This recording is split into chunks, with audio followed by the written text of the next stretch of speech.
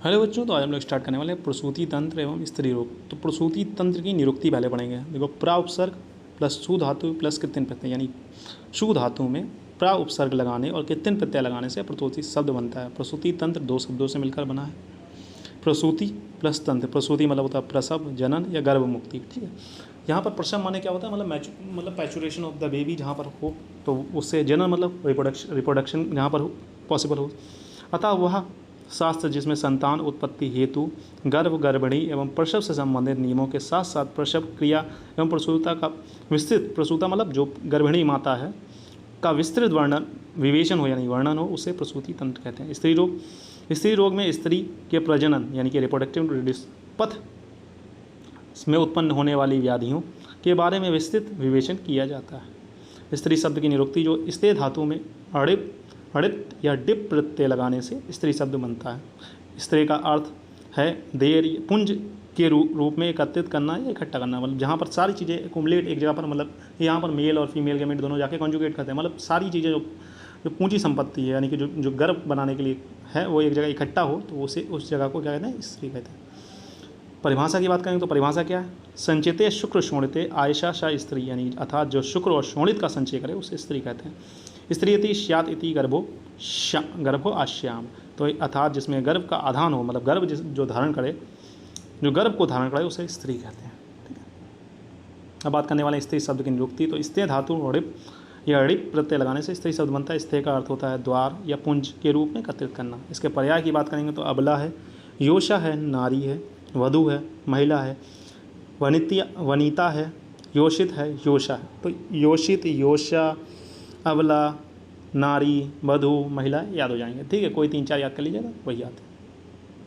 आयु के अनुसार विभिन्न दोषों की स्थिति अगर बात करें तो बाल्यावस्था में अगर स्त्री है 0 से 11 साल में, तो उसमें कफ दोष की प्रधानता रहती है। नॉर्मल पीपल मतलब नॉर्मल मेल में भी यही प्रधानता रहती है। तरुण अवस्था की बात करें तो 12 से 50 साल, तो उसमें पित्त दोष की प्रधानता रहती है।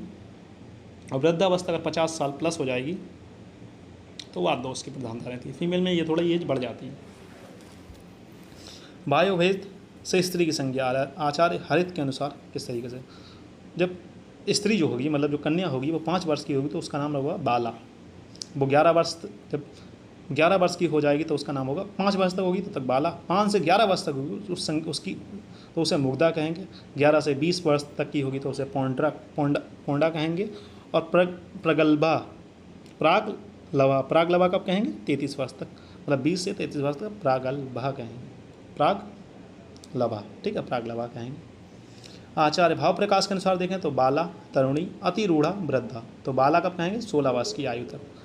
तरुणी कब कहेंगे, 32 वर्ष की, 16 से लेकर 32 साल तक की उम्र तक। अतिरूढ़ा 32 से लेकर, मतलब अगर 32 से लेकर 50 साल। वृद्धा मतलब बूढ़ी हो गई है तो 50 साल प्लस अगर जो भी औरत होगी उसे वृद्धावस्था के अंतर्गत आचार्य भाव प्रकाश मानते हैं।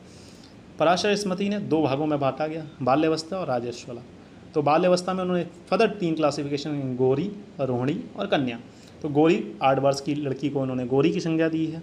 8 से 9 वर्ष की जो होती है उसे रोहिणी की संज्ञा दी है, और 9 से 10 वर्ष की होती है उसे कन्या की संज्ञा दी है। और राजस्वला मतलब जब मेंस्ट्रुएशन स्टार्ट हो जाए, इन्होंने कहा 10 प्लस अगर उम्र होती है तो मेंस्ट्रुएशन स्टार्ट हो जाता है। रजोमती स्त्री का वय, यानी कि रजोमती मतलब कब तक उसका मेंस्ट्रुएशन साइकिल चलता है, तो 12 से 50 वर्ष तक माना है। इस समय रजा संज्ञक रक्त योनि से प्रभावित होता है, मतलब इस समय क्या होता है, मेंस्ट्रुएशन जो ब्लड होता है वो वजाना से डिस्चार्ज होता रहता है। स्त्री में 12 वर्ष से पूर्व एवं 50 वर्ष की आयु के पश्चात रजा, स्तन आदि नहीं मिलते हैं, मतलब यहाँ पर ना एक्सेसिव सलाइव, मतलब पश्चात ना, मतलब रजस्त्राव होगा ना स्तन, मतलब लैक्टेशन वाले हार्मोन एक्टिव होंगे ना, लैक्टेट करेगी, ना ही लैक्टेट करेगी और ना ही मेंस्ट्रुएशन फ्लो होगा 50 के साल या ना 12 साल से पहले। गर्भाधान योग्य वय, मतलब आचार्य सुश्रुत के अनुसार कौन से लोग कितने उम्र के हैं, मतलब पुरुष कितने साल का होना चाहिए और स्त्री कितने साल की होनी चाहिए, उसे गर्भाधान करा सकते हैं हम लोग। तो उन्होंने पुरुषों की संख्या 25 साल बताई है, कम से कम 25 साल होनी चाहिए, और स्त्री की जो उम्र है कम से कम 16 साल होनी चाहिए, उससे पहले वो गर्भधारण ना करे, गर्भाधान योग। वहीं पर अष्टांग हृदय इसके बारे में कहते हैं कि पुरुष की आयु जो होनी चाहिए वो 20 वर्ष होनी चाहिए, स्त्री की आयु 16 वर्ष में संपूर्ण वीर युक्त हो जाते हैं, मतलब उनके जो मेल गैमेट होते हैं पूरी तरीके से मैच्योर हो जाते हैं। इस समय वो लोग मतलब संतान उत्पत्ति के लिए गर्भाधान कर सकते हैं। ठीक है बच्चों, फिर मिलते हैं नेक्स्ट लेक्चर में, तब तक के लिए हैव अ नाइस डे, पढ़ते रहें, मस्त रहें।